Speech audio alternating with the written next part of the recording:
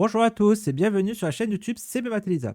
Dans cette vidéo, je vais vous présenter les questions de notions pour le sujet 0 de l'oral 1 du CAPES Bac+3, session 2026, le sujet A1. Donc on va s'intéresser aux 4 premières questions et dans une prochaine vidéo, nous allons aborder avec Lisa les questions 5 et 6. Alors, voici l'énoncé des 4 questions de notions. Première question, rappelez les définitions de fonctions réelles continues, de fonctions réelles dérivables et de fonctions dérivées sur un intervalle de R. Deuxième question, énoncez le théorème des accroissements finis et en donner sa traduction géométrique. Troisième question, explicitez la conséquence du théorème des accroissements finis pour la relation entre monotonie et signe de la dérivée. Quatrième question, soit f une fonction de AB dans R et soit x0 appartenant à l'intervalle ouvert AB. On suppose que f est continu sur l'intervalle AB fermé et que f est dérivable sur l'intervalle ouvert A x0 et sur l'intervalle ouvert x0b. Démontrez que si f' admet une limite finie en x0, alors f est dérivable en x0 et f' de x0 est égal à la limite quand x tend vers x0 de f' de x. Alors, on va rappeler les définitions de fonctions réelles continues, réelles dérivables et de fonctions dérivées sur un intervalle de R. Donc on va se placer sur un intervalle i de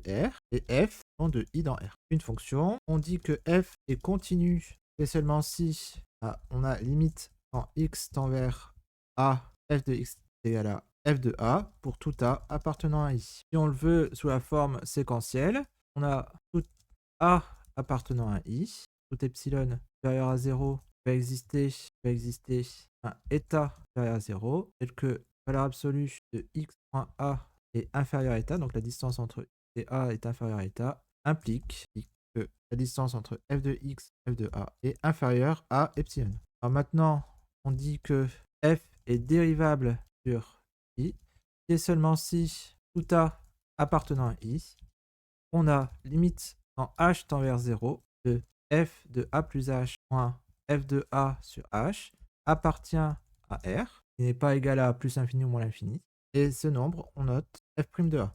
Maintenant, une fonction dérivée. La fonction dérivée de f, entendu en posant que f est dérivable sur i, et la fonction f' de i dans R, telle que pour tout a appartenant à i, f' de a est égal à la limite quand h tend vers 0 de f de a plus h moins f de a sur h. Alors, on peut avoir des notations différentes ici, df dx ou df dx ou d sur dx f de x. Deuxième question, énoncer le théorème des accroissements finis et donner sa traduction géométrique. Théorème des accroissements finis s'énonce de la manière suivante. Soit a et b deux réels tels que a inférieur à b, soit f une fonction définie à l'intervalle b. Si elle vérifie les deux conditions suivantes, c'est-à-dire a, f est continu sur l'intervalle fermé AB et f est dérivable à l'intervalle ouvert AB, alors il existe au moins un réel C appartenant à l'intervalle AB ouvert, tel que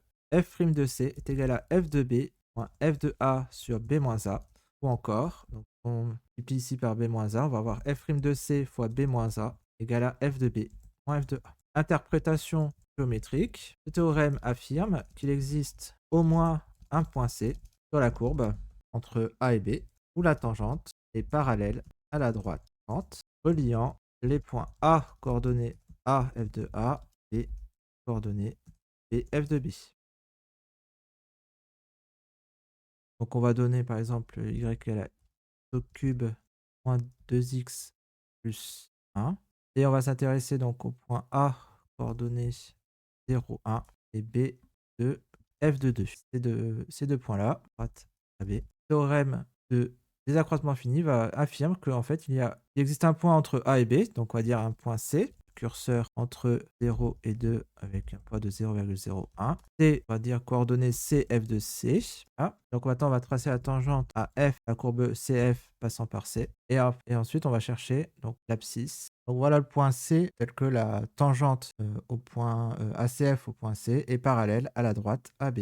Voilà une illustration géométrique du théorème des accroissements finis. Alors ensuite, si vous voulez, donc dans la notion mise en jeu, donc il est entendu une démonstration du théorème des accroissements finis. Alors on peut voir donc la démonstration du théorème des accroissements finis se base sur le théorème de Rolle. Le théorème de Rolle qui nous dit donc, on va ajouter à donc les hypothèses de la fonction f, donc continue sur l'intervalle AB fermé et dérivable sur l'intervalle ouvert AB. Si on ajoute l'hypothèse que f de A est égal à f de B, alors il existe C appartenant à l'intervalle ouvert AB tel que f' de C est égal à 0. Donc là, on a une tangente horizontale. Donc l'idée de la démonstration du théorème des accroissements finis, on peut considérer la fonction phi de x est égal à f de x moins f de a moins f de b moins f de a sur b moins a, sur de x moins a, et utiliser le théorème de Rolle pour montrer qu'on a phi prime de c est égal à 0, et donc on a bien le théorème des accroissements finis en faisant des modifications sur la formule. Maintenant, la conséquence du théorème des accroissements finis sur la relation entre monotonie et signe de la dérivée. Donc soit f une fonction de i, donc l'intervalle AB dans R, une fonction dérivable sur AB.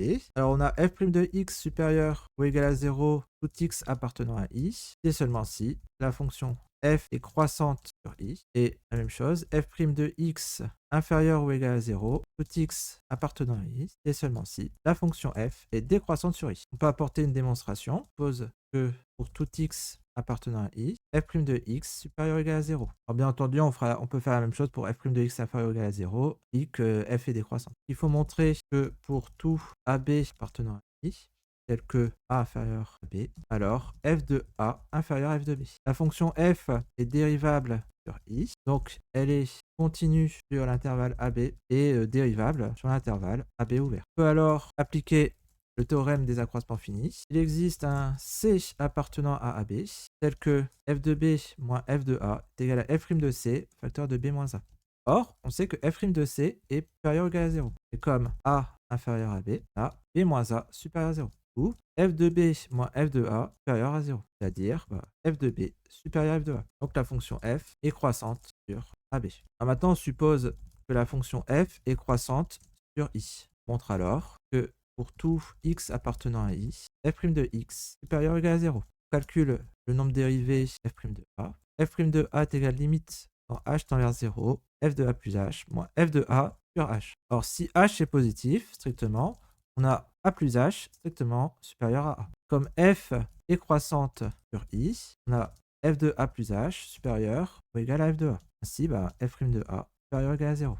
Maintenant, si h est négatif, alors on a a plus h inférieur à a, et comme f est croissante sur i, on a f de a plus h inférieur ou égal à f de a, ou f' de a est aussi positif parce que h est négatif. On aura négatif sur négatif, donc ça c'est positif. Dans tous les cas, prime de a est supérieur ou égal à 0. Dernière question, donc on avait f, fonction de l'intervalle fermé AB dans R, et soit x0 appartenant à AB, intervalle ouvert. On suppose que f est croissante sur AB et que f est dérivable sur l'intervalle A x0 ouvert et sur x0b ouvert. Démontrer que f' admet une limite finie en x0, alors f est dérivable en x0 et f' de x0 est égal à la limite quand x tend vers x0 de f' de x. Alors, donc on va considérer la limite grand L quand t tend vers x0 de f' de t. Voilà, pour tout x appartenant à l'intervalle AB, avec x différent de x0, on note taux de x est égal à f de x moins f de x0 sur x moins x0. On applique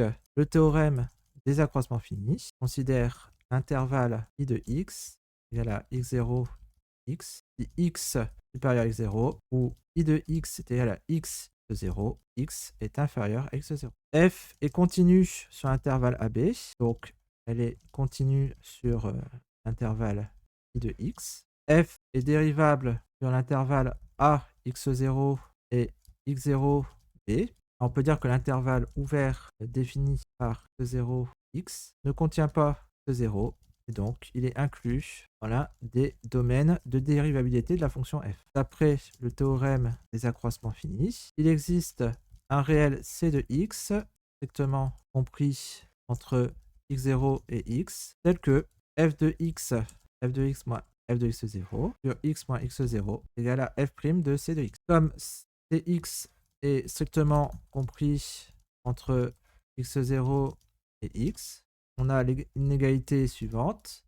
Donc cx moins x0 inférieur à x moins x0. Par le théorème des gendarmes, lorsque x tend vers x0, c de x tend vers x0. Entendu, c de x est différent de x0. Or, on a dit que L était limite quand t tend vers x0 de f' de t. Donc, par composition des limites, limite quand x tend vers x0 de f' de c de x égale à L. Non, bah, f' de x est égal à f de x moins f de x0, x moins x0. On a limite quand x tend vers x0 de f de x moins f de x0 sur x moins x0 égale à limite quand x tend vers x0 de f' de c de x égale à L. Donc, f est dérivable en x0 et f' de x0 est égal à la limite en x tend vers x0 de f' de x. Bien, la vidéo est maintenant terminée. Merci de l'avoir suivi. Un like, un abonnement ou un commentaire sont toujours les bienvenus.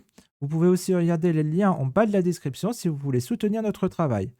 Bon courage dans vos révisions du CAPES et à bientôt pour de nouvelles aventures mathématiques.